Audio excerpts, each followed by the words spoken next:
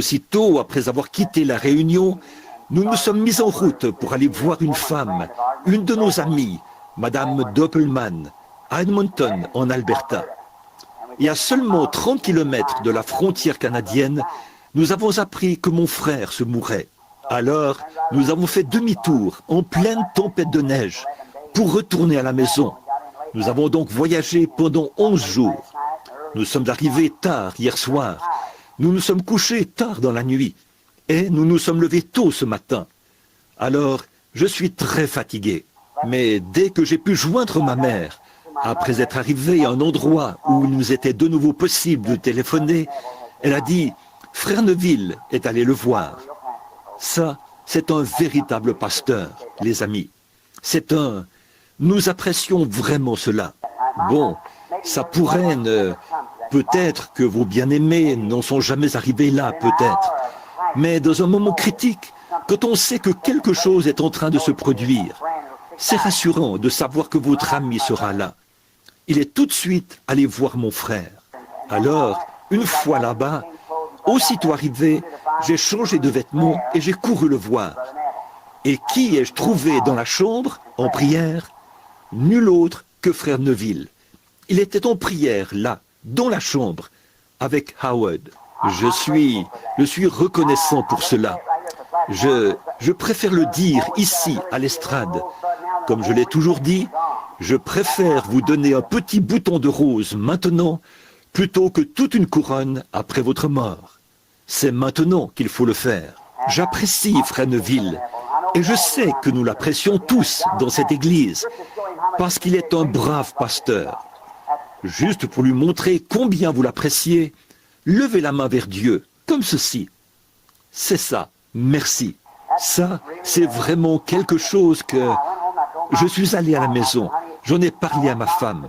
Je lui ai dit, chérie, quand je suis allé frapper à la porte, je suis passé lire sa fiche médicale au bout du couloir, pour vraiment voir ce qui n'allait pas. Ensuite, je suis allé là et j'ai entendu quelque chose à l'intérieur. J'ai frappé à la porte. Je croyais que quelqu'un parlait. Il l'avait fait asseoir sur son lit avec sa Bible et tous les deux avaient la tête inclinée. Ils priaient Dieu quand je suis entré. Je me suis simplement joint lui dans la prière. Et aussi dans ma prière, j'ai dit à Dieu que je l'apprécie. C'est un véritable ami et un véritable pasteur. Puisse frère Neville vivre longtemps dans ce monde pour servir le Seigneur. Je crois qu'un si brave homme, Dieu le gardera ici pendant de très nombreuses années pour le servir. Cela a touché mon cœur plus profondément que tout ce qui m'est arrivé depuis longtemps. Bon, d'habitude, puisque la classe d'école du dimanche des enfants n'est pas encore terminée, alors j'ai pensé que nous pourrions peut-être prier pour les malades. Je n'avais pas annoncé que je serais là pour prier pour les malades. Mais s'il y a des gens qui sont ici pour qu'on prie pour eux, nous prierons pour eux. Maintenant, si sœur Gertie veut bien venir jouer le grand médecin pour nous, et nous demanderons à notre cher Père Céleste de bien vouloir bénir ceux qui ont besoin de lui aujourd'hui. Nous voulons maintenant que tous ceux qui sont malades et qui ont des besoins se rassemblent autour de l'autel. Si je ne me trompe pas, est-ce bien Nelly Sanders qui s'avance? Oh là là, que Dieu te bénisse Nelly. Ça fait 25 ans. Que Dieu te bénisse Nelly. J'ai promené le regard tout à l'heure et je t'ai vu. Et je ne voulais pas que tu penses de regarder comme ça, les yeux braqués sur quelqu'un. J'ai regardé plusieurs fois et il me semblait que c'était Nelly. Probablement que personne ici ne se souvient d'elle. Je pense que certains d'entre vous, combien se souviennent de Nelly Sanders? Mais bien sûr, elle était l'une des premières personnes à fréquenter le tabernacle. Ma défunte épouse et elle étaient des amies intimes et aussi des sœurs en Christ. Et elle s'est mariée à un des officiers de l'organisme Volontaire pour l'Amérique. Et lui, notre frère, est parti pour être avec Dieu. Je crois qu'il l'a laissée avec 2 garçons, je crois. Quoi qu'il en soit, elle a des enfants. Et certains vont encore à l'école. Nelly, toute seule, est désemparée. Et elle arrive à l'âge où on devient tout nerveux et bouleversé. Elle m'a téléphoné quand j'étais dans une réunion à Phoenix, en Arizona, pour que je prie pour elle. Beaucoup de mes souvenirs, Nelly, remontent à une époque où le sol était recouvert de sciure, et où toi et Hope, la jeune Adcock et bien d'autres étaient là. Ça, c'était il y a de nombreuses années, il y a 25 ans. Le temps m'a filé entre les doigts. Nous avançons très rapidement sur ce chemin, c'est vrai. Eh bien, que Dieu soit avec toi maintenant. Vous qui êtes malade et qui désirez venir devant l'autel pour la prière, notre pasteur et moi, nous nous unirons pour prier pour vous. Avancez-vous. Et tout juste après ceci, il y aura un service de prédication, un bref message pour vous. J'aimerais que vous puissiez rester. Après la prière pour les malades, nous clorons le service d'école du dimanche. Nous passerons alors directement à l'autre service et j'ai quelques annonces à faire.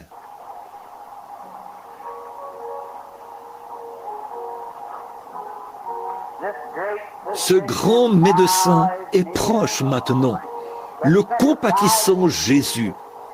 Il réconforte le cœur abattu, aucun autre nom que Jésus. Bon, si nous pouvions entrer maintenant dans la communion autour de cette prière, pour la guérison de l'un l'autre, sachant que Dieu est ici et qu'il a promis de nous exaucer. Oui, c'est en règle. Nous descendrons prier pour elle, pour la dame qui est assise. Certainement. Très bien. Frère Neville, voudrais-tu venir m'assister? Maintenant, soyez aussi respectueux que possible, vous, les petits-enfants, qui regagnez vos places. Prions maintenant, pour que, quand nous irons oindre les malades et les affligés, nous ayons la foi en Dieu, pour croire. Ayons la foi que Dieu agira. Vous tous, qui êtes dans l'auditoire, et qui êtes en bonne santé ce matin, qui n'avez pas besoin de venir à l'autel, dites-vous bien que c'est la grâce de Dieu qui vous a amené jusqu'ici. Maintenant, priez pour ceux qui sont devant l'autel, jeunes et vieux. Comme il est de coutume ici, au tabernacle, nous envoyons le pasteur faire l'onction d'huile. Nous prions pour les gens. Nous envoyons le pasteur faire l'onction d'huile. Moi, je l'accompagne et j'impose les mains aux malades pendant qu'il les oint d'huile. L'Écriture dit, oignez d'huile les malades au nom du Seigneur. Imposez-leur les mains et ils seront guéris. C'est l'Écriture. Et vous, tous ensemble, courbez la tête maintenant, pendant que nous prions ensemble pour les malades. Notre Père Céleste, nous venons humblement dans ta divine présence maintenant, pour ces gens qui ont des besoins, pour les malades, pour ceux qui ne peuvent pas s'en sortir par eux-mêmes. Et pour beaucoup d'entre eux, Père, les médecins n'ont plus de solution. Il n'y a plus rien à faire, à moins que tu leur accordes ta grâce. Je prie humblement aujourd'hui, ô Dieu, de tout mon cœur. Je m'unis à cette petite église, afin que le grand Saint-Esprit, qui est présent maintenant, atteste la parole du Seigneur Jésus, qui a dit, « Là où 2 ou 3 sont assemblés en mon nom, je suis au milieu d'eux. S'ils demandent une certaine chose, quelle qu'elle soit, ils la recevront. » Ça, c'est ta parole éternelle, Seigneur, qui était prononcée dès avant la fondation du monde et qui nous a été donnée par le prophète, par le Fils de Dieu lui-même. Ainsi, notre profond désir maintenant, Père, c'est que tu guérisses les malades, ceux qui ont des besoins et qui sont ici devant l'autel. Je te prie de donner à chacun une bénédiction extraordinaire de foi en ce moment. Comme ton serviteur et moi allons faire l'onction d'huile et imposer les mains aux gens, que le Saint-Esprit descend profondément et que, par la foi qui est dans mon cœur, chacun soit guéri. Nous le demandons au nom de Christ et à cause de lui. Maintenant, pendant que vous avez la tête inclinée, que tout le monde est en prière, le pasteur et moi irons prier. Le ciel et la terre te louent. Le ciel et la terre te louent. Ô Seigneur très haut, Notre Père Céleste, nous te remercions pour la leçon de l'école du dimanche. Oh, combien elle a stimulé nos cœurs. Puissions-nous nous ceindre ce matin, quitter les prisons de l'incrédulité et marcher dans la liberté.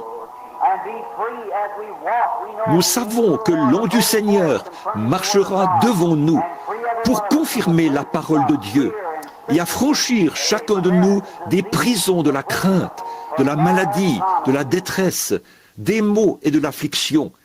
Car c'est ce que Dieu a promis, qu'aujourd'hui même, la lumière de Dieu brille sur tous ceux qui sont prisonniers de ces choses ce matin, et qu'ils repartent d'ici en bonne santé. Nous te remercions pour le message et pour ta parole, pour la conduite du Saint-Esprit. Accorde ces bénédictions, Père. Et maintenant, sois avec nous pendant le service de prédication de ce matin, pour le petit message court qui suivra. Nous le demandons au nom de Christ. Amen. Il y en a qui doivent partir maintenant. Pendant quelques instants, levons-nous pour chanter un cantique. Revêt-toi du nom de Jésus. Ceux qui doivent partir peuvent sortir. Ceux qui peuvent rester encore 30 minutes, nous serions contents que vous restiez. Très bien. Revêt-toi du nom de Jésus. Ô toi, enfant de tristesse, tournez-vous et serrez la main de quelqu'un près de vous. Va te procurer la joie. Prends-le partout où tu vas. Précieux nom, nom si doux, espoir de la terre, joie. Et Amen. Vous pouvez vous asseoir. Que le Seigneur vous bénisse tous abondamment, énormément.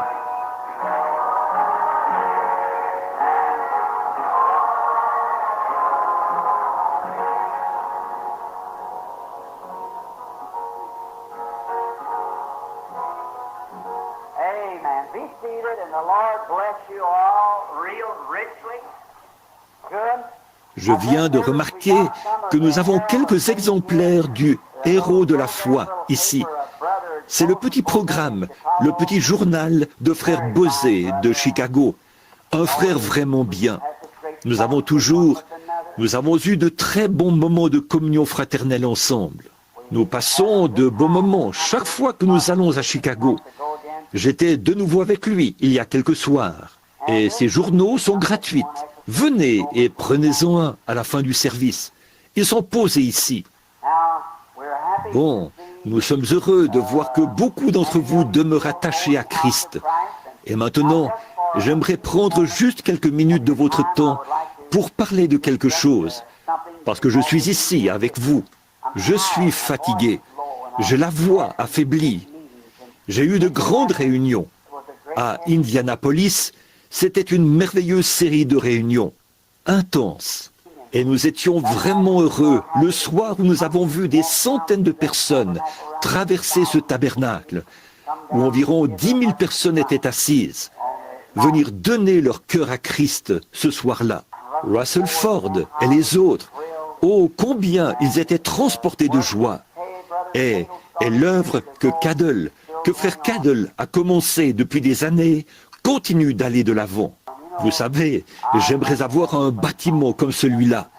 C'est l'un des plus beaux bâtiments que j'ai vus, en raison de la façon dont il a été aménagé. Et là, chez eux, il y a vraiment quelque chose. Je crois que je suis du genre émotif. Quand je vois une grande œuvre que quelqu'un a commencée, ça me touche. Bon, je suis enroué. Nous avons été là-haut, dans les montagnes. Nous voulions aller voir une femme malade, une de nos amies, tout au nord, au Canada. Nous étions sur le point de traverser la frontière lorsqu'il m'a été rapporté que mon frère se mourait. Alors nous avons fait demi-tour. Nous avons roulé jour après jour, nuit après nuit. Nous avons passé 10 jours assis dans la voiture. Alors, vous pouvez vous imaginer comment je me sens ce matin. Mais je suis reconnaissant à chacun de vous, une fois de plus, d'avoir prié pour mon frère, parce qu'il semble qu'il est en train de se remettre.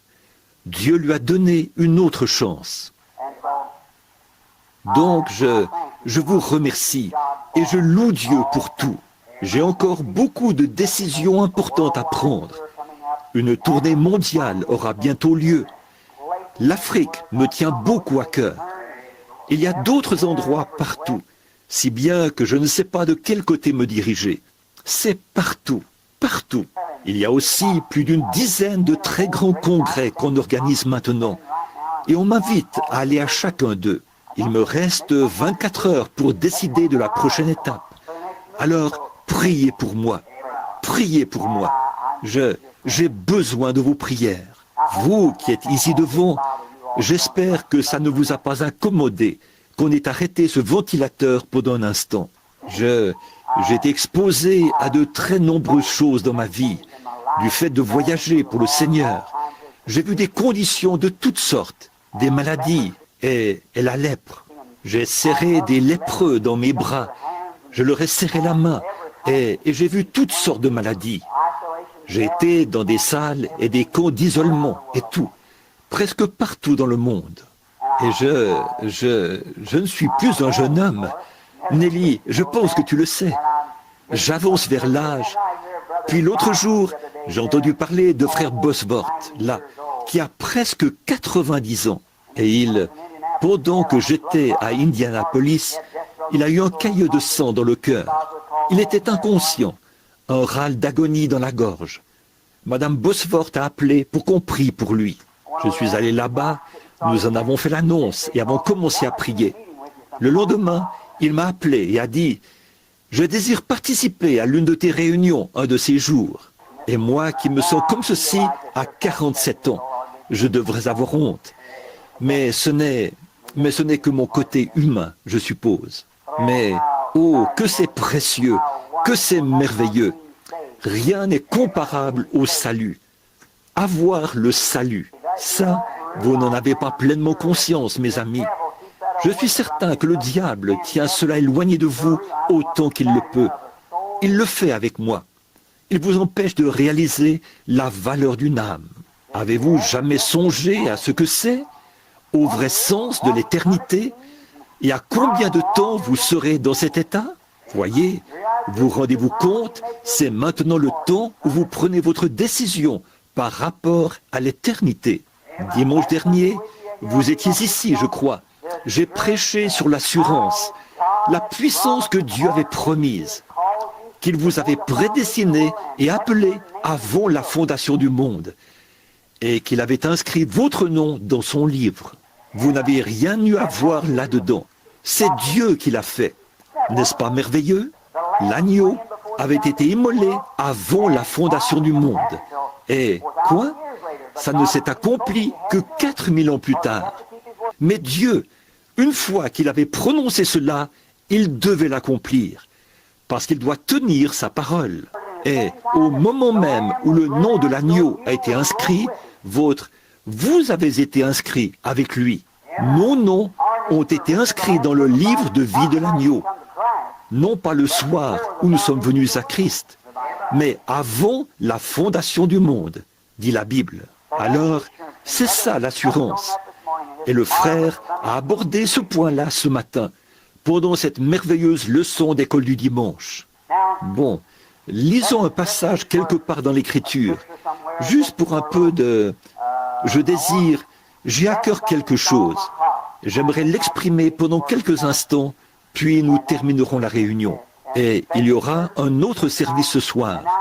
Et maintenant, j'ai un message qui m'est venu à cœur l'autre jour, quand je revenais. Et j'aimerais, si Dieu le veut, et si je suis de nouveau ici dimanche matin prochain, le prêcher premièrement au tabernacle.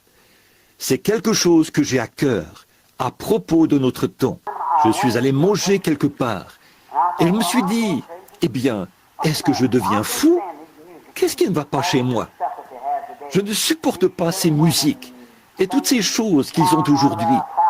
Ces femmes d'un esprit faible et borné qui chantent là dans un palais d'ivoire, et tout ça. J'ai dit, il doit y avoir quelque chose qui ne va pas chez moi. Et le Saint-Esprit a dit, oh non, Oh non, si tu aimes le monde ou les choses du monde, l'amour de Dieu n'est même pas en toi. J'ai donc pensé, eh bien, dans ce cas, je ne veux pas m'adapter à ce monde. C'est vrai. Alors le Saint-Esprit s'est mis à me révéler ce message. Je n'aurais pas eu le temps ce matin. Je suis trop fatigué, en plus. Mais peut-être, si le Seigneur le veut, dimanche matin prochain, si nous sommes encore dans les parages. J'ai quelques voyages de prévus cette semaine. Mais si je suis encore dans les parages dimanche matin prochain, si Dieu le veut, Frère Neville l'annoncera samedi pendant son émission. Nous viendrons apporter ce message. Et je désire l'apporter d'une certaine manière. C'est un message évangélique pour ce jour, cette heure et cette saison. Et j'ai prédit il y a 6 mois que cette année était la dernière pour l'Amérique. Et nous verrons si cela est conforme à l'Évangile ou non. Le moment de sa fin est arrivé. Ou bien elle prendra son essor, ou bien elle s'effondrera cette année. C'est vrai. Bon, vous les jeunes enfants, je voudrais que vous apportiez un bout de papier et que vous notiez cela dans la page de garde de votre Bible.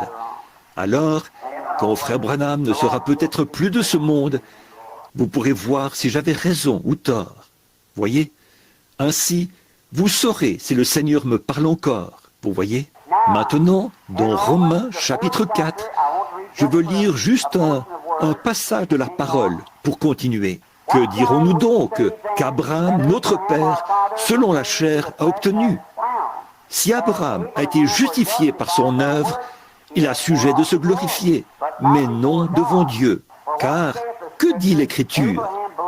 Abraham crut à Dieu, et cela lui fut imputé à justice. Or, à celui qui fait une œuvre, le salaire est imputé, non comme une grâce, mais comme une chose due. Et à celui qui ne fait point d'œuvre, mais qui croit en celui qui a justifié l'impie, sa foi lui est imputée à justice. Que le Seigneur ajoute sa bénédiction à la parole. Bon, le petit sujet, si on peut l'appeler ainsi, dont j'aimerais vous parler, c'est l'amour divin. Quand l'amour divin a été projeté et qu'il arrive à sa destination, la grâce souveraine prend la relève. Voyez? Eh bien, pouvez-vous imaginer? Méditez là-dessus pour vraiment bien saisir maintenant. Voyez? Quand l'amour divin a été projeté et qu'il arrive à la destination prévue, alors la grâce souveraine prend la relève.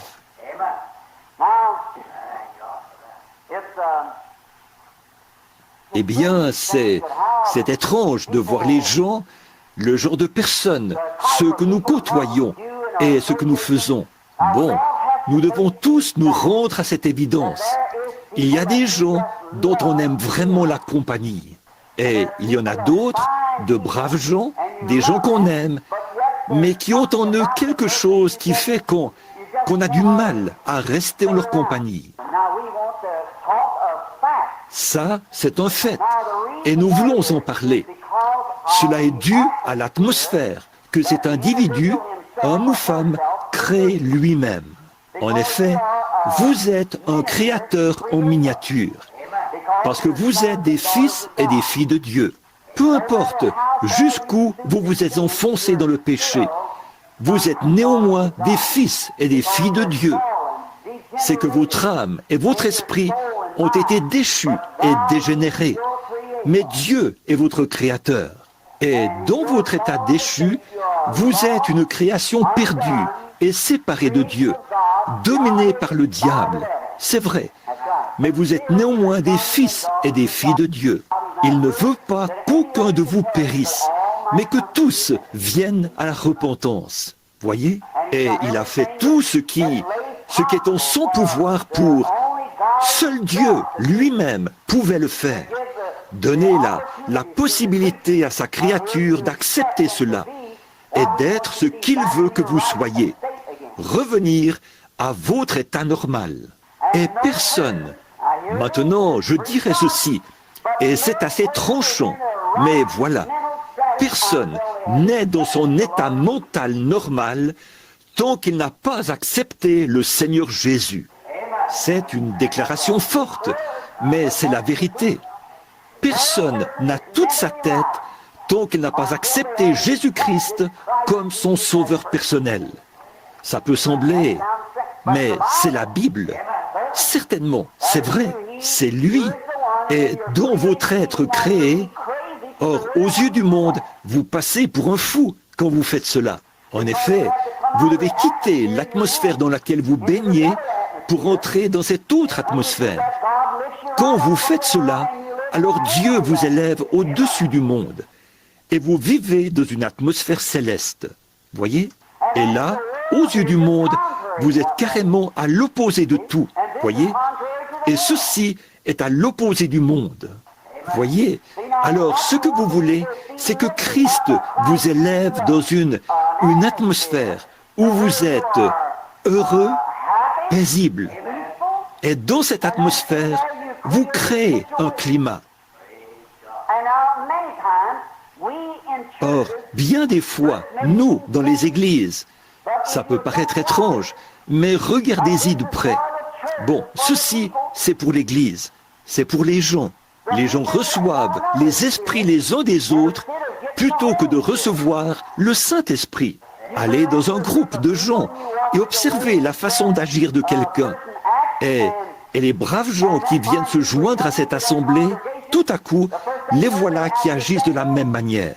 Toujours, prenez par exemple une brave femme et un mauvais homme. Ou bien il se sentira, ou bien il deviendra un brave homme, ou bien elle deviendra une mauvaise femme. Par l'atmosphère dans laquelle vous vivez, vous projetez ce que vous êtes à ceux que vous côtoyez. Alors, quelle sorte de gens devrions-nous être si nous sommes chrétiens? Dans quel genre d'atmosphère devrions-nous vivre? Nous devons vivre dans une atmosphère de consolation, de calme, de guérison.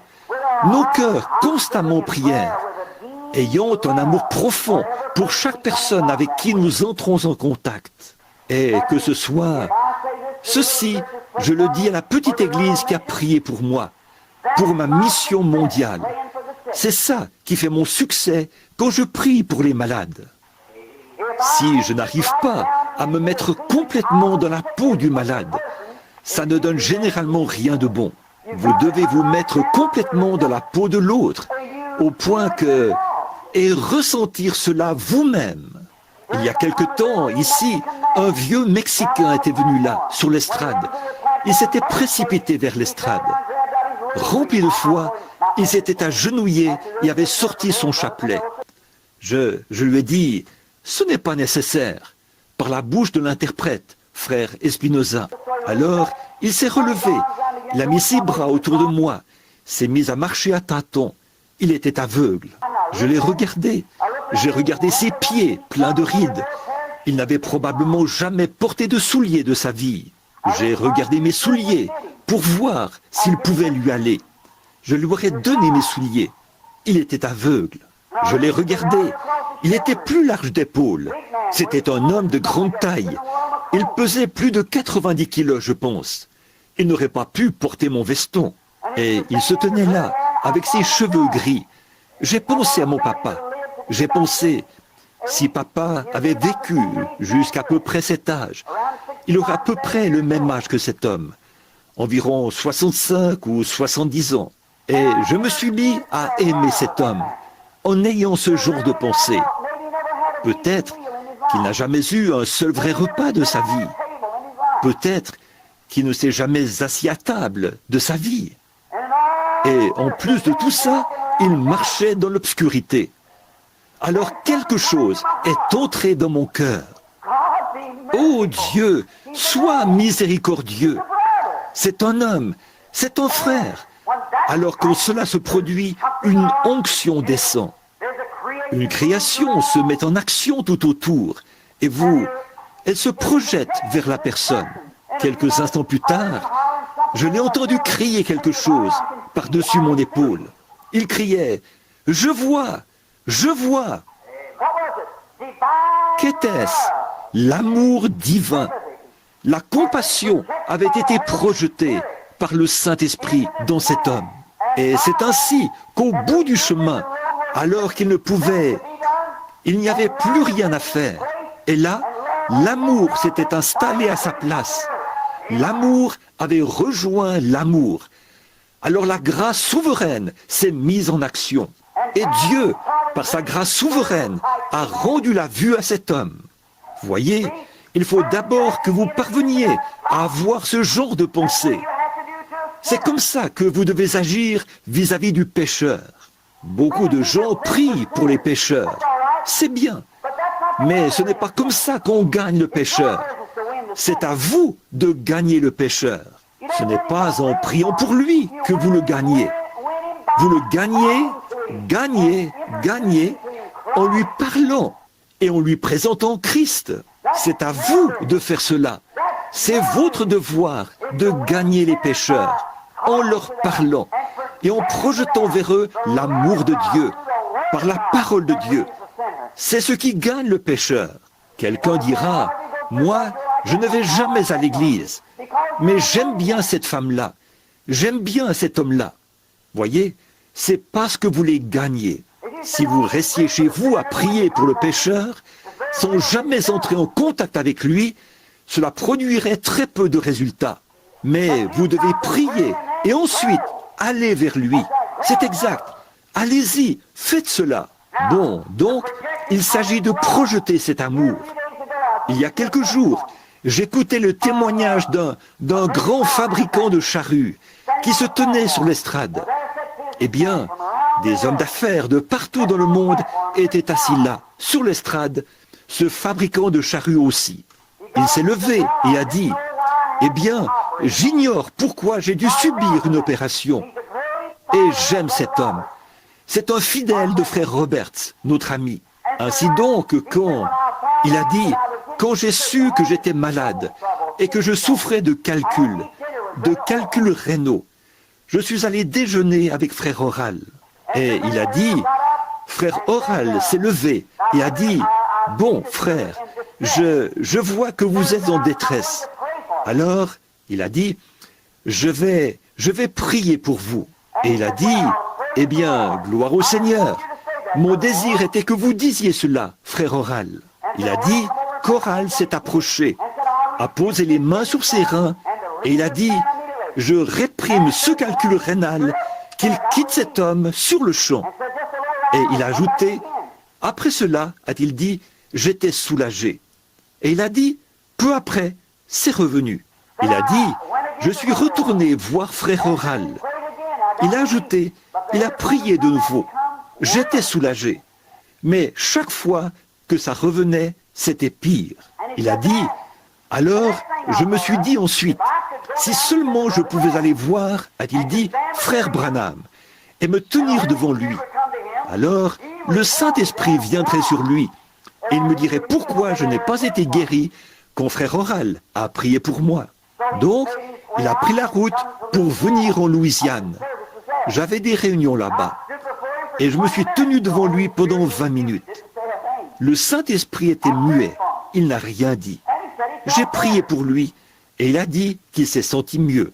Et il est venu, puis il est reparti. Il devenait nerveux et agité. Il allait de lieu en lieu, demandant à tout le monde de prier pour lui, de prier pour lui. Et cet homme aimait le Seigneur. Mais finalement, ça s'est aggravé au point qu'on l'a expédié chez Mayo. Mayo l'a examiné et a dit, « Vous avez une chance sur 1000 de vous en tirer. Une infection s'est installée.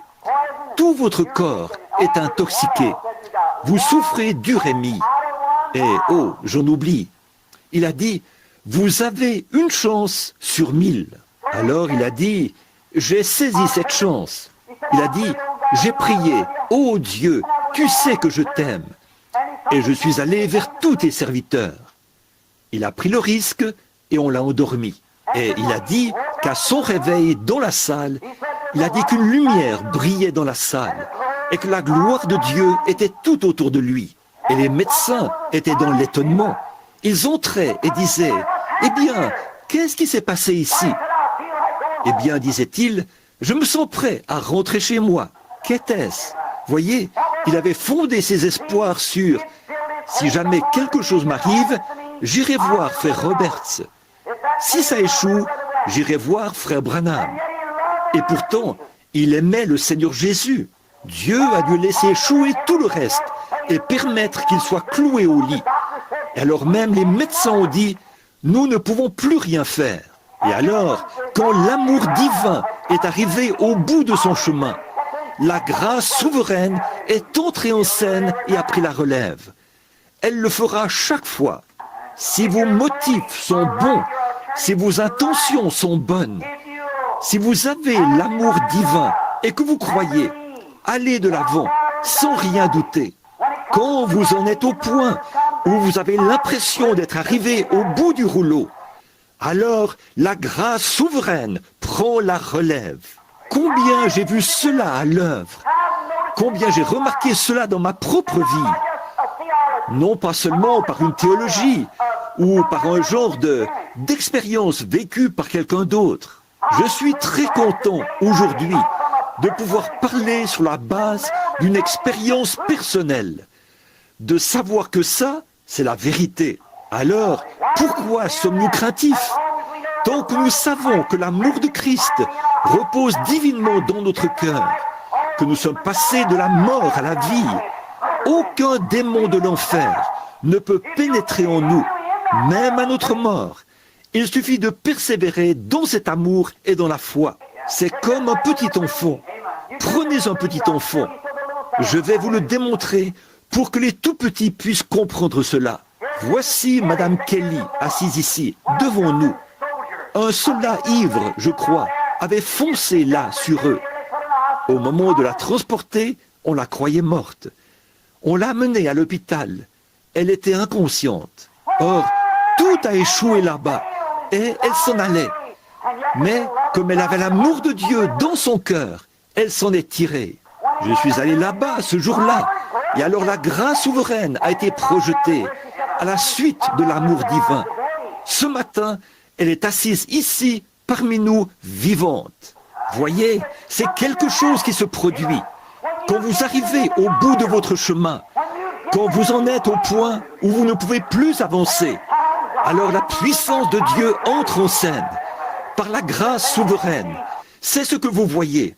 Prenez un petit enfant, un petit bébé, qui a de petites crises, des spasmes, et qui pousse des cris, donne des coups de pied et crie à tue-tête. Et voilà qu'il finit par retenir sa respiration. Et vous voyez sa mère l'empoigner, le tirer, le lancer en l'air, lui souffler au visage. Laissez-le tranquille. Il n'y en a pas un seul dans toutes les annales médicales qui soit mort de cette manière. Il ne mourra pas. Ce n'est qu'une crise. Il cherche à s'attirer de la compassion. Il cherche à se faire cajoler. Et ce n'est rien d'autre qu'un caprice. Et après avoir poussé son caprice jusqu'à retenir sa respiration, et qu'il ne peut pas aller plus loin, alors la nature reprend le dessus. Il se détend et recommence à respirer. Toute votre agitation, le porter, crier, ça ne hurler, lui souffler au visage, ça exacerbe la situation. C'est ce qui arrive après que nous avons erré d'église en église, ça et là, de service de guérison en service de guérison. Mes frères, prenez l'amour et avancez. Parce que vous êtes au bout du chemin. Dieu projettera la grâce souveraine quand vous arriverez au bout du chemin. Quand l'amour a atteint son paroxysme, alors Dieu est tenu. Quand vous arrivez à votre dernière extrémité et que tout est terminé pour l'homme, alors la grâce prend la relève. C'est la nature de Dieu d'agir ainsi. Combien j'ai remarqué cela, alors que je suis... Supportez ces témoignages personnels maintenant. Pendant un instant, vous avez lu le livre. Là, ce jour-là, à Portland, dans l'Oregon, quand ce fou s'était rué vers l'estrade et qu'il allait me tuer. Vous avez peut-être tous lu cela dans le livre. Qu'est-ce qui s'est passé? Dieu m'a envoyé prêcher l'évangile. Et c'est ce que je faisais. Des milliers de gens étaient réunis. Les rues étaient bondées. Et à l'intérieur, il y avait plus de 6000 personnes. Dehors, la pluie tombait à verse, mais les gens restaient là. Leur cœur affamé soupirait. À cette époque-là, il n'y avait personne d'autre sur le terrain.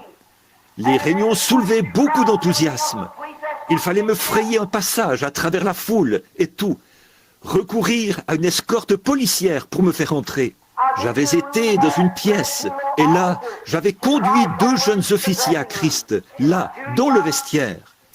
2 jeunes hommes au début de la vingtaine qui travaillaient dans la police. La mère de l'un d'eux avait été guérie la veille.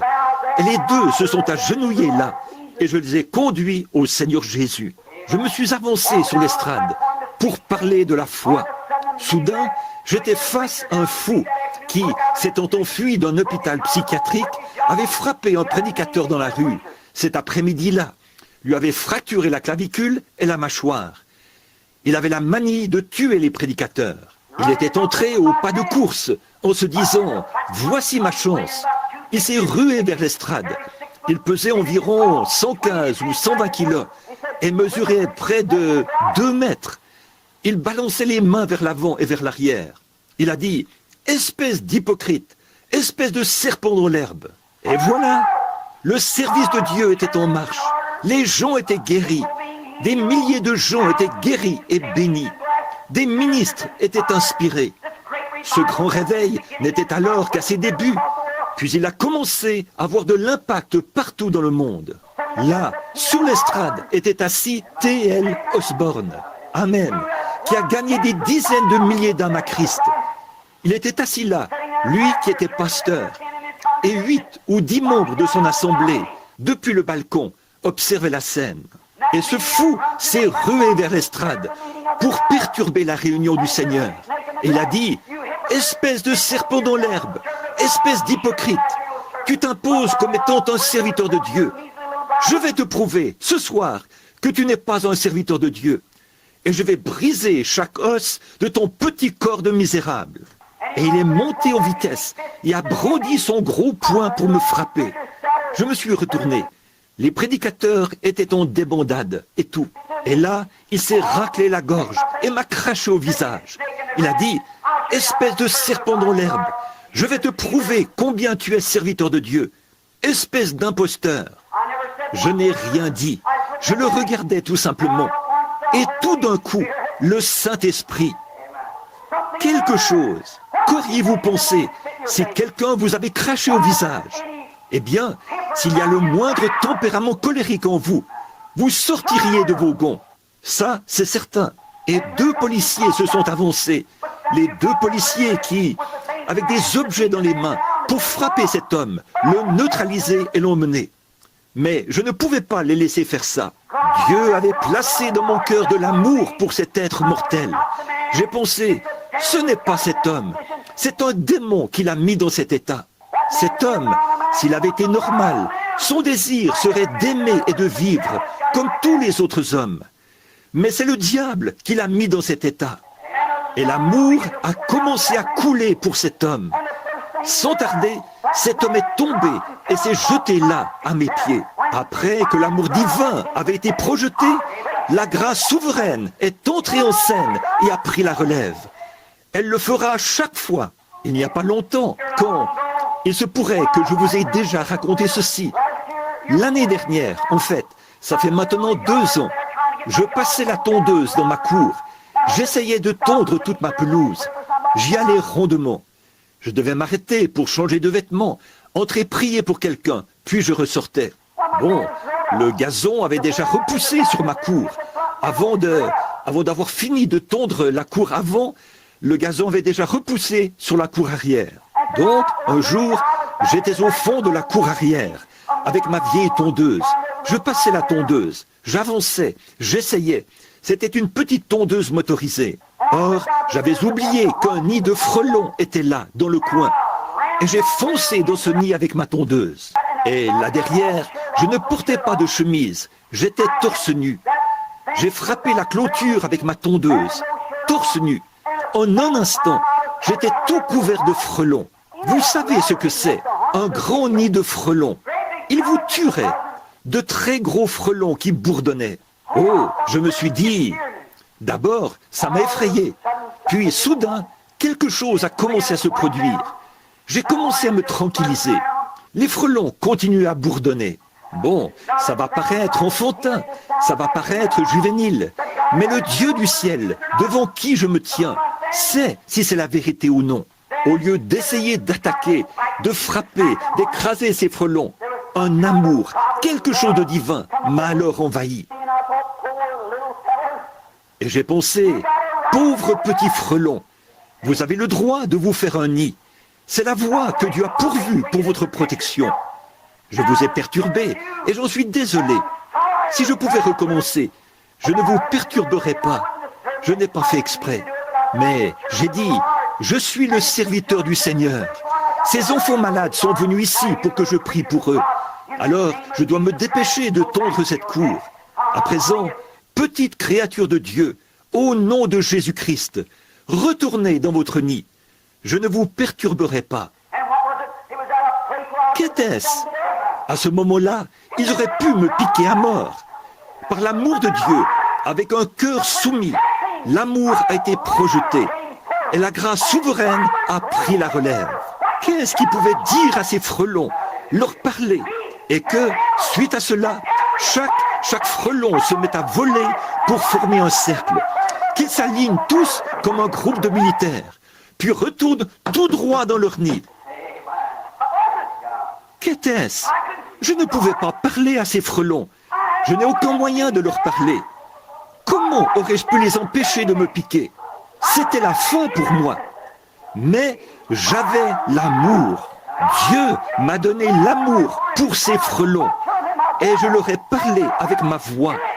Et le Saint-Esprit, par la grâce souveraine, a conduit ces frelons directement de leur nid, non loin de la route, à Henryville. Il y avait un vieux Guernesey un jour.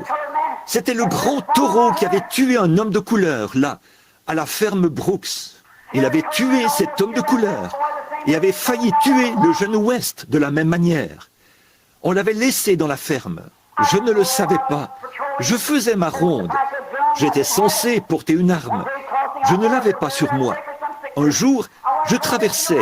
J'avais pensé aller de l'autre côté, prier pour un malade.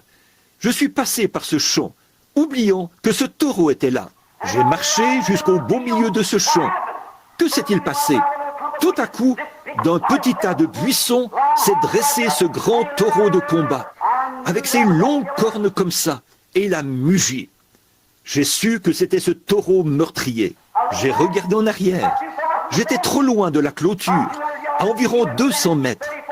Il se trouvait à moins de 10 ou 12 mètres de moi. Il se tenait là, ses cornes pointées vers le bas, et il a laissé échapper un gros beuglement. Je n'avais pas d'arme, ni d'arbre où me réfugier. Je ne pouvais pas retourner vers la clôture. Je me suis dit, eh bien, c'est fini pour moi.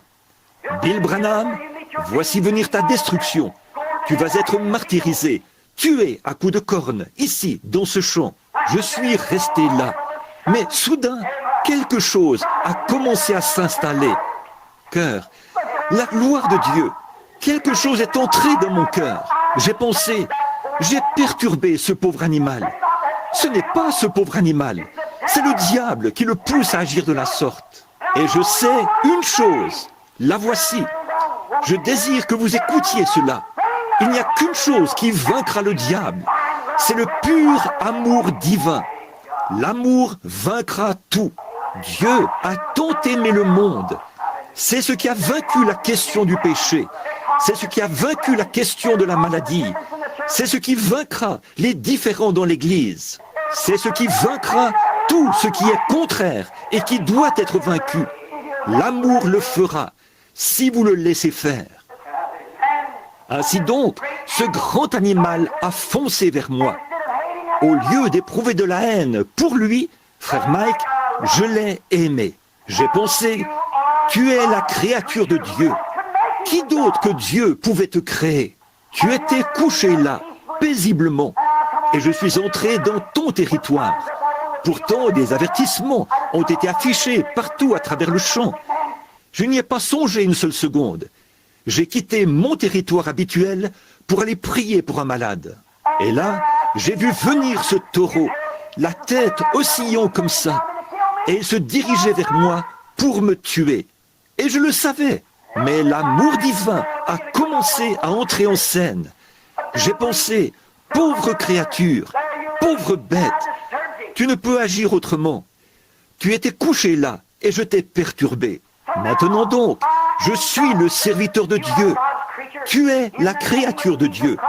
Au nom de Jésus-Christ, retourne te coucher, car je suis en route pour aller prier pour un des enfants de Dieu qui est malade. Retourne te coucher. Et ce taureau venait vers moi de toutes ses forces. Aucune crainte. Je n'avais pas peur du tout. Pas plus que j'aurais eu peur de frère Neville qui est assis ici. Je ressentais seulement un amour pur et saint dans mon cœur.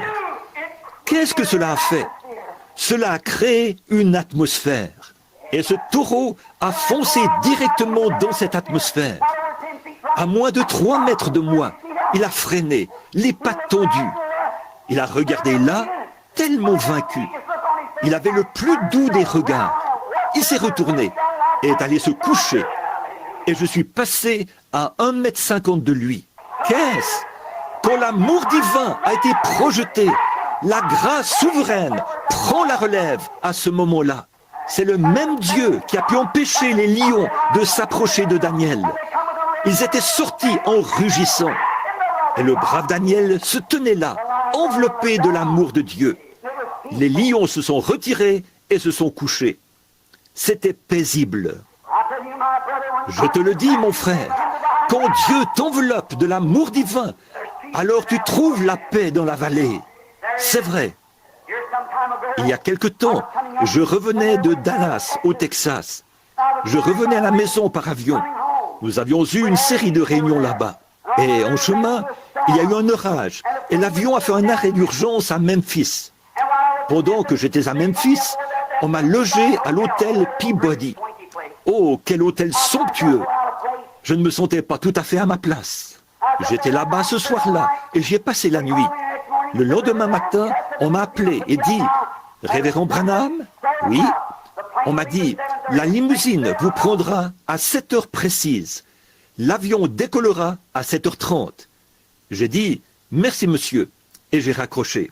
Je me suis levé, j'ai prié et je me suis dit « Eh bien, j'ai peut-être le temps de faire un saut à la boîte d'un bureau de poste. » J'ai ici de la correspondance à laquelle j'ai répondu hier soir. Je me suis levé et me suis mis à descendre la rue. Je marchais en chantant. Il y a des gens presque partout dont le cœur est enflammé. Du feu qui descendit à la Pentecôte, qui les a nettoyés, purifiés. Oh, il brûle maintenant dans mon cœur. Oh, gloire à son nom. Je suis si heureux de dire, je suis l'un d'entre eux. Je descendais la rue, le paquet de lettres à la main, allant vers le bureau de poste. J'ai senti une chose étrange. Vous savez de quoi je parle, n'est-ce pas? C'est comme si tout s'était tranquillisé. Oh, quelle sensation! J'ai pensé, oh là là, que c'est merveilleux. Bon, Doc chantait souvent un petit cantique. Que je marche guidé par la colombe céleste. Remplis-moi chaque jour d'amour. Je méditais là-dessus. Et cet amour s'est mis à couler en abondance. Nous avons l'amour, mais il nous faut l'amour en abondance. L'amour qui déborde. Vous dites, oh, j'aime les pécheurs.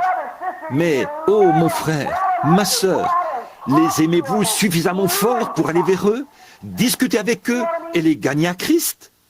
Voyez-vous ce que je veux dire? Vous dites, j'aime le Seigneur.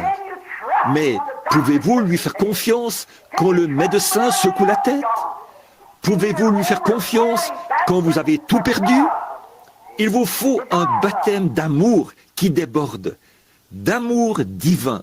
Quand vous avez l'impression que vous priez, mais que votre prière n'est pas exaucée, continuez-vous à l'aimer? Y a-t-il en vous quelque chose qui continue à vous purifier? C'est la grâce souveraine de Dieu. Elle doit prendre la relève. Il le faut. C'est la nature de Dieu. Dieu ne peut rien faire d'autre que ça. Quand Dieu a vu le péché de ce monde, il a vu que les hommes se mouraient sans espérance et sans possibilité d'être sauvés. Et pourtant Dieu savait que les hommes l'aimeraient. Et cela a fait pression sur lui et a démontré sa nature. La nature de Dieu, c'est l'amour. Dieu est amour. Et cela a tellement fait pression sur la nature de Dieu qu'il a dû pourvoir d'un moyen de s'en sortir pour ceux qui désiraient s'en sortir. Il a envoyé dans le monde son Fils, fait dans une chair semblable à celle du péché, pour qu'il porte nos péchés et nos maladies au calvaire. Dieu l'a fait. L'amour de Dieu, une fois qu'il était projeté, a requis la grâce souveraine. Et Dieu n'a jamais dit, si tu le fais, si tu fais ceci, je ferai ceci. Dieu, sans aucune condition, a envoyé son Fils mourir à votre place et a réglé la question du péché. Cela n'avait rien à voir avec ce que vous en pensez. Dieu l'a fait de toute façon. Amen.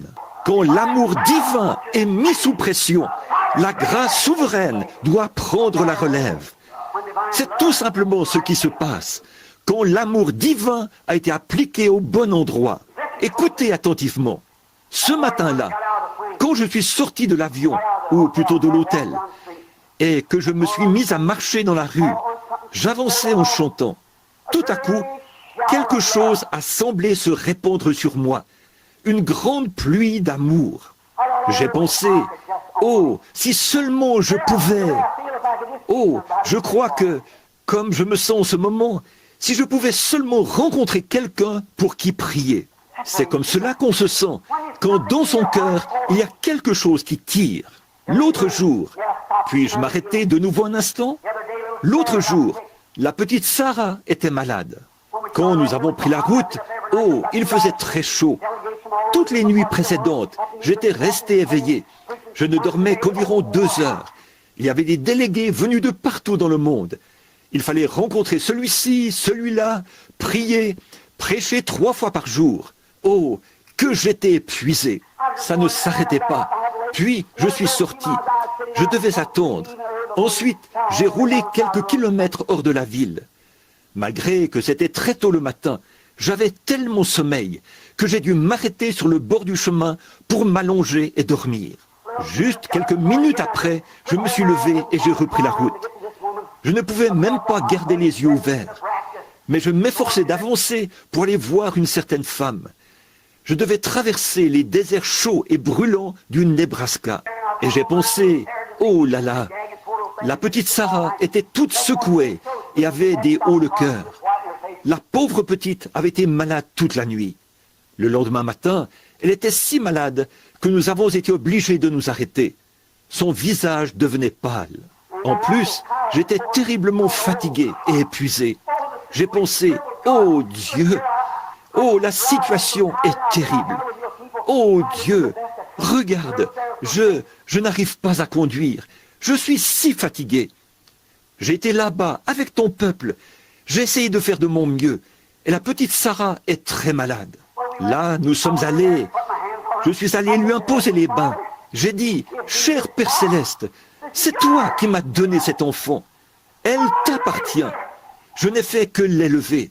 Je lui ai imposé les mains. Quelque chose a commencé à se mouvoir dans mon cœur. Cela a arrêté les vomissements. Depuis ce jour-là, elle n'a plus jamais vomi. Le deuxième jour, c'était au tour de Becky d'être très malade. C'était un genre de virus. Elle vomissait. La petite a vomi toute la nuit. Le lendemain, Meda a dit, il lui faut du Pepto-Bismol. Nous lui en avons donné quelques cuillerées. La petite a vomi cela sur le champ. Nous sommes entrés dans la région des Tétons. Quand nous avons quitté la contrée chaude et que nous avons commencé à monter, elle voulait voir cette jolie chaîne montagneuse. Elle n'y parvenait pas. Elle était très malade. J'ai dit, chérie, regarde ici. Je veux prendre. J'ai dit, papa veut te prendre en photo pour que tu puisses y voir la montagne. Elle a dit, oh papa, j'ai l'impression d'être en train de mourir. Alors nous lui avons donné du Pepto-Bismol de nouveau. Ce matin-là, nous avons prié en ces termes. Seigneur, sois miséricordieux. Oh, ça ne lui a fait aucun bien. Alors nous sommes arrivés là-haut et je l'ai fait sortir. Je dis, chérie, viens prendre de l'air frais. Il faisait froid. Elle avait mis sa petite veste. Il y avait de la neige au sol. Je suis donc sorti et elle essayait Elle a dit, oui papa. Et s'est mise à faire, et de l'eau coulait de sa petite bouche. J'ai regardé, ses petits yeux étaient enfoncés. Et sa petite bouche salivait beaucoup. Je me suis avancé, j'ai levé les yeux vers la montagne. J'ai dit, je lève mes yeux vers les montagnes. D'où me vient le secours? Le secours me vient de l'Éternel. Tout à coup, quelque chose a commencé à se mouvoir au fond de moi. Oh, j'aimerais avoir ça en permanence. Je suis allé à côté de la voiture et j'ai ouvert la portière. J'ai dit, chérie, regarde ici, vers papa. Oh là là, cela a réglé la question du vomissement pour toujours. 5 minutes plus tard, elle courait partout et jouait avec Sarah. Qu'est-ce? Quand l'amour divin a été projeté, la grâce souveraine prend la relève. Il le faut. Je marchais dans la rue ce matin-là, à Memphis. Je reviens à mon histoire. Je marchais dans la rue, à Memphis, en chantant pour le Seigneur. Et tout à coup, quelque chose a dit, « Arrête-toi !» Je me suis arrêté. Tout à coup, il a dit, « Fais demi-tour, va dans l'autre direction. » Eh bien, c'était dans la direction du fleuve. Je me suis dit, « Oh là là !» J'ai avancé un peu plus. Je me suis dit, eh bien, c'était juste quelque chose que je... Vous savez, souvent, on a des impressions, vous savez. Et souvent, les gens commettent des erreurs, parce qu'ils suivent leurs impressions au lieu de suivre la conduite divine. J'ai donc continué à avancer en me disant, c'était juste moi, une impression. Et oh, plus j'avançais, plus ça empirait. Je me suis mis là, en retrait, et j'ai regardé tout autour. Il y avait là des articles de pêche. Je me suis dit, alors que les gens étaient en train de me dépasser, que j'allais faire comme si je regardais ces articles de pêche. À ce moment-là, tous les gens avaient quitté le trottoir, ce groupe-là, quand le feu avait changé. J'ai dit, bienveillant Père Céleste, que voulais-tu que je fasse? Était-ce toi qui te mouvais dans mon cœur? On dirait que je vais éclater. À l'intérieur, il y a quelque chose qui se répand. Quelque chose a dit, fais demi-tour, rebrousse chemin. J'ai dit, pour aller où? Il a dit, fais demi-tour, rebrousse chemin. Pour aller où? Ça ne change rien. On continue à marcher, c'est tout. J'ai fait demi-tour et j'ai repris ma marche dans la rue. J'ai marché, j'ai regardé ma montre, ça continuait à insister. L'heure était passée. Je suis allé un peu plus loin. L'heure était passée. Il était plus de 7h30. À 8h. Oh là là, là là. Je m'étais rendu loin, très loin. Là, il y avait des maisons aux couleurs vives. Beaucoup de vieilles maisons aux couleurs vives là-bas, très loin. Je marchais là et le soleil était déjà bien haut. C'était au début du printemps. Les nuages s'étaient tous dissipés. J'ai pensé, eh bien, j'ai raté mon vol. Mais j'ai pensé, oh Dieu, si je rate mon vol, c'est ton ordre, tant que tu... Où me conduis-tu, Seigneur? Je ne sais pas où tu m'emmènes. Où vais-je? Ce n'était pas de mes affaires. Il fallait continuer à marcher. J'ai continué à marcher, c'est tout. Après un moment, j'ai regardé. Une mamie, le type même de tante Jemima, était appuyée contre un portail, comme ceci. Elle se tenait là, appuyée contre le portail. Elle avait de grosses joues rondes. Elle se tenait là, une chemise enroulée autour de la tête, comme ceci, et attachée en arrière. Je continuais à marcher, là. Je suis arrivé à sa hauteur, et les larmes coulaient comme ça sur ses grosses joues. Elle m'a regardé et m'a dit, « Bonjour, pasteur !» J'ai dit, « Madame ?» J'ai dit, « Bonjour !» Elle a esquissé un sourire et m'a regardé, les larmes aux yeux. Je me suis dit, elle m'a appelé « pasteur !» C'est comme ça qu'on appelle les prédicateurs dans le Sud, vous savez. Et j'ai dit, « Comment avez-vous su que je suis pasteur ?» Elle a dit, « Je savais que vous viendriez. » Quoi? Elle a dit, « Je savais que vous viendriez. » J'ai dit, « Je ne comprends pas, tantine. Voulez-vous m'en dire plus ?» Elle a dit, « Vous savez, avez-vous déjà lu l'histoire de la Sunamite qui n'avait pas d'enfant et qui a demandé au Seigneur de lui donner un enfant ?» Elle a dit, « Et elle y est venue, l'a bénie, et elle a eu un enfant. » J'ai dit, « Oui, madame, je m'en souviens. » Elle a dit, « Je suis comme cette femme-là. » Elle a dit, « Je n'avais pas d'enfant. J'ai prié le Seigneur. Et j'ai dit au Seigneur que s'il me bénissait et me donnait un enfant, moi, j'élèverais cet enfant pour lui. Et elle a dit, il m'a donné un enfant. Et elle a dit, j'ai fait des lessives sur une planche à laver. Une petite cabane se trouvait là, sur le côté. Elle a dit, j'ai fait des lessives sur une planche à laver pour élever cet enfant. Et elle a dit, quand il a grandi, pasteur, il a pris la mauvaise voie. Elle a ajouté, il s'est mis à avoir de mauvaises fréquentations. Et le voilà couché, mourant. Et elle a dit, le docteur est venu avant-hier, quand il a perdu connaissance. Et il a dit qu'on ne pouvait plus rien pour lui.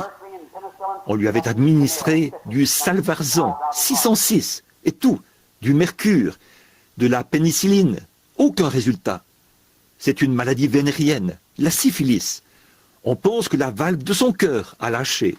Elle a dit, plus rien ne peut être fait pour lui. Elle a dit, il était couché ici, mourant. Et j'ai dit, oh Seigneur, je ne voulais pas voir mon bébé mourir comme ça. Et elle a dit, si seulement je pouvais l'entendre me dire qu'il est sauvé. Et elle a dit, j'ai prié pendant 2 nuits. Elle a dit, ce matin, vers 3 heures, elle a dit, le Seigneur m'a fait tomber dans un sommeil pendant que j'étais à genoux. Elle a dit, j'ai eu un songe. Elle a dit, j'ai vu venir un homme, vêtu d'un complet clair, avec un petit chapeau western posé de travers sur la tête. J'ai dit, Seigneur, cette femme-là, c'est moi. Mais où est ton Élie? Il a dit, le voici qui vient. Elle a dit, je me suis relevé rapidement de ce lit et je me tiens ici depuis ce moment-là à vous attendre. C'est exactement comme ça que j'étais vêtu. Oh frère, quand l'amour divin a été projeté, cette mère envers son enfant, oui, il pesait 80 kilos, mais il restait toujours son enfant, couché là, mourant dans la honte. Peu importe combien il s'était couvert de honte, c'était son enfant. Elle l'aimait. C'est ça, l'amour d'une mère. Peu importe combien il l'avait couverte de honte, elle l'aimait malgré tout. Et si vous ne pouvez pas oublier votre enfant, peu importe ce qu'il a fait, à combien plus forte raison, Dieu peut-il ne pas vous oublier? Il a dit, vos noms sont gravés sur la paume de ma main. Une mère pourrait oublier son nourrisson, mais je ne vous oublierai jamais. Peu importe ce que vous avez fait, combien vous vous êtes éloigné, combien vous êtes empêtré, Dieu vous aime toujours. Dieu vous aime. Gardez cet amour vivant. Ne le laissez pas s'éteindre. Donc, elle a poussé un soupir. Elle a dit, oh, je ne pouvais vraiment pas. Elle a dit, pasteur, j'ai eu un songe dans lequel je vous ai vu venir.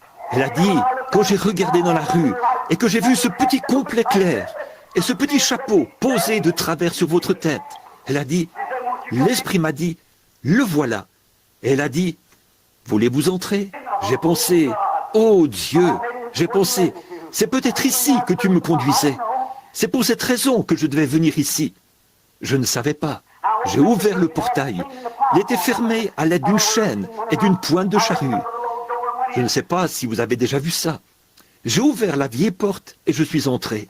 Frère, j'ai été dans des palais de rois. J'ai été dans les maisons les plus riches du monde. J'ai été chez certains multimillionnaires dont la fortune s'élève à 20 jusqu'à 28 millions de dollars. J'ai marché sur leurs tapis chenilles de mur à mur. J'aurais facilement pu m'étendre et m'endormir directement sur ce tapis, dans ces magnifiques demeures. Mais là, pas même un tapis au sol. Il y avait une espèce de petit lit à colonne en fer. Une petite couverture ordinaire couvrait ce jeune homme. Sur la porte, un écriteau. Que Dieu bénisse notre foyer. J'ai su que je me trouvais dans un foyer chrétien. J'ai su que je me trouvais quelque part où on avait élevé des prières. Pas d'affiches indécentes au mur, pas de photos vulgaires, mais une Bible ouverte sur l'espèce de petite table en marbre qui se trouvait là. Un grand garçon était couché là, dans le lit. Il tenait les couvertures et faisait... J'ai pensé, oh là là. Je lui ai palpé les pieds. Ils étaient collants et froids. La mort était sur ce garçon. Et il répétait sans cesse, Oh, c'est si sombre! C'est si sombre! Et j'ai dit, de quoi parle-t-il? Elle a dit, pasteur, elle a dit, ça fait plusieurs jours maintenant qu'il se croit perdu en haute mer. Elle a dit, il ne sait pas où il va. Et elle a dit, c'est ça qui me brise le cœur. Elle a dit, il s'en va. Il est perdu en mer. Il ne sait pas où il va. Elle a dit, pasteur, j'ai prié. J'ai tout fait. J'ai tout fait. Je ne veux pas qu'il se perde, pasteur. Elle a dit, c'est pour ça que je priais.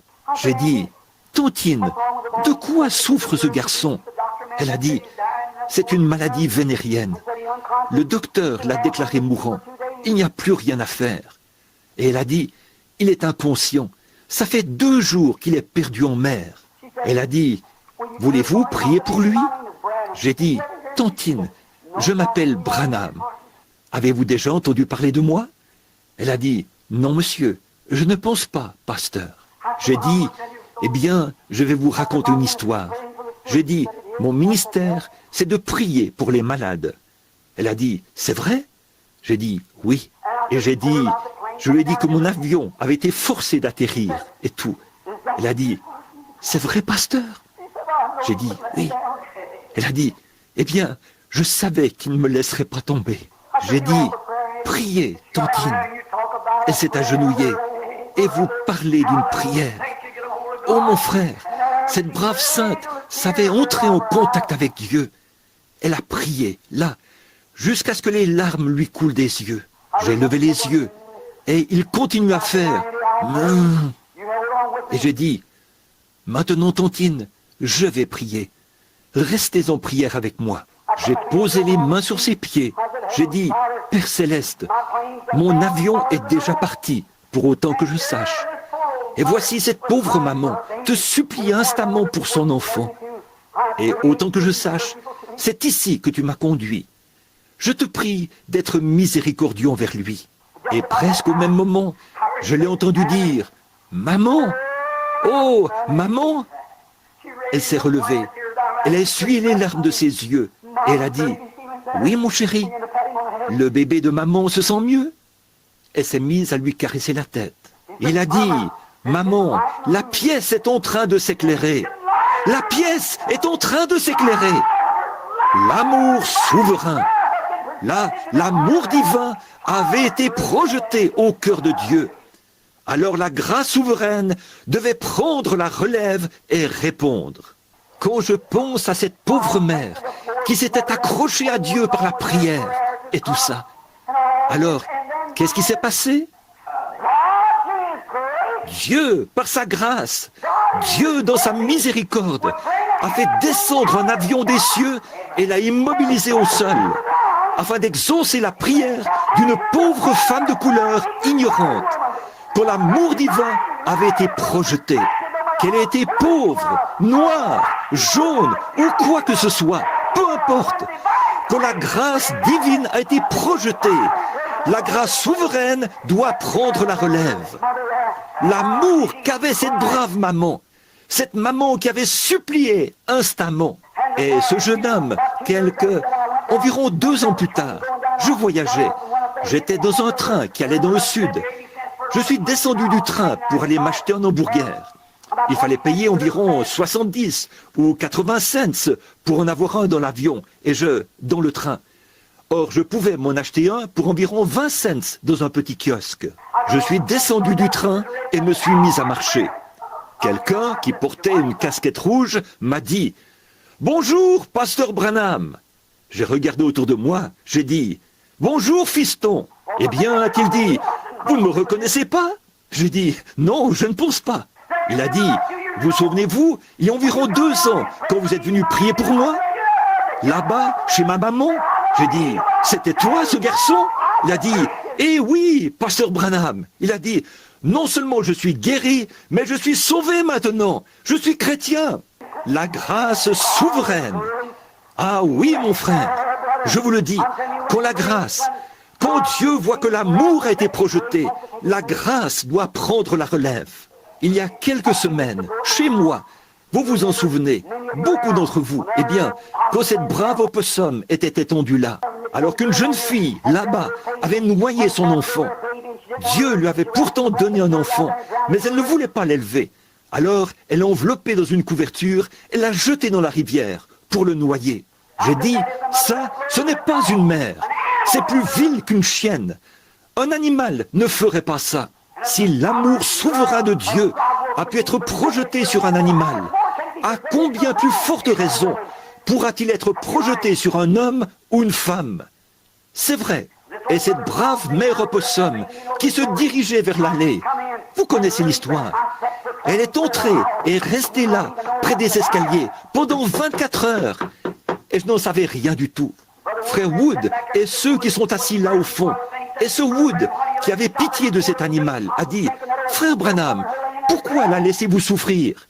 Et les pauvres petits opossums se nourrissent de ce vieux lait qu'ils tirent d'elle, alors qu'elle était tendue là, morte. » Elle a dit, « Pourquoi ne pas les tuer, frère Branham, ou abattre cette brave mère? » Elle n'était pas tout à fait morte. Elle était, quand on lui donnait un coup, ça la faisait bouger un peu.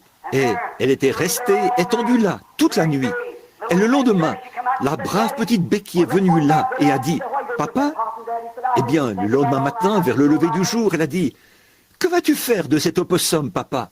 Elle a dit, « J'ai pensé à elle toute la nuit. » Et j'ai dit, « Moi aussi, Becky. » Je suis descendu dans le bureau. J'ai dit, « Retourne te coucher, chérie. Ce n'est pas l'heure de te lever. Il est trop tôt. » Je me suis assis là, dans mon bureau. Je me suis dit, je dois faire quelque chose de cette brave opossum. Je ne sais pas quoi faire. Puis, j'ai entendu une voix. Et ça, je ne m'y attendais pas du tout. Au même endroit où les pommes étaient apparues ce matin-là, pour frère Hall, quand il était guéri du cancer. À l'endroit où les malades et les affligés ont été guéris. J'étais assis là, dans ce petit bureau. J'ai entendu une voix dire, « Je l'ai envoyée vers toi. Elle est restée étendue là, comme une dame, pendant 24 heures, attendant son tour pour que tu pries pour elle. Et toi, tu ne m'as rien dit à ce sujet. » J'ai dit, « Eh bien, je ne le savais pas du tout. » J'ai dit, « Eh bien, tu veux dire que c'est toi qui as envoyé cet opossum ?» Je me suis dit, « Qu'est-ce qui ne va pas chez moi? Est-ce que je parle tout seul ?» Je me suis surpris en train de me parler à moi-même. Je suis allé à l'extérieur. La petite Becky était toujours à la porte, en train de regarder. Je me suis approché. Cette brave opossum était là. Elle était toute couverte de rosée et tout. J'ai dit, « Père Céleste, si tu as envoyé cette pauvre opossum ignorante, si tu l'as envoyée ici, tu as en quelque sorte mis dans mon cœur un amour pour elle, car elle est une mère. C'est pourquoi je ne pouvais pas la tuer. Je ne pouvais pas tuer ces petits. Et la grâce souveraine l'a conduite ici, pour que les gens le sachent et que ça leur serve de leçon. Alors, ô Dieu, je te prie, au nom de Christ, de la guérir. » Et cette brave opossum qui avançait en traînant en arrière sa patte, remplie d'asticots et enflée au point de doubler en taille, s'est dressée sur cette patte. Elle a fait entrer ses petits dans sa poche et s'est mise à marcher là, aussi naturellement que n'importe quel autre animal que vous avez vu marcher. Elle s'est retournée vers moi, comme si elle se retournait pour dire « Merci, gentil monsieur ». À ma connaissance, ils sont très heureux aujourd'hui, elle et ses petits. Pourquoi? Quand l'amour divin a été projeté, la grâce souveraine prend la relève. Mon frère, ma sœur, il y a une seule chose à faire dans votre vie. Aimez le Seigneur votre Dieu de tout votre cœur, de toute votre âme, de toute votre force et de toute votre pensée. Et croire que chaque parole qu'il a prononcée est la vérité. Et quand vous arriverez au bout de votre chemin et que vous ne pourrez plus avancer, alors la grâce souveraine, la grâce divine sera projetée. Comment aurais-je pu lui parler, étendu là, quand les frères Maillot m'avaient abandonné, assis sur le perron là-bas, frère Cox assis à mes côtés, à se demander ce qui se passait. Je ne pouvais vraiment plus supporter ça, mais j'ai dit...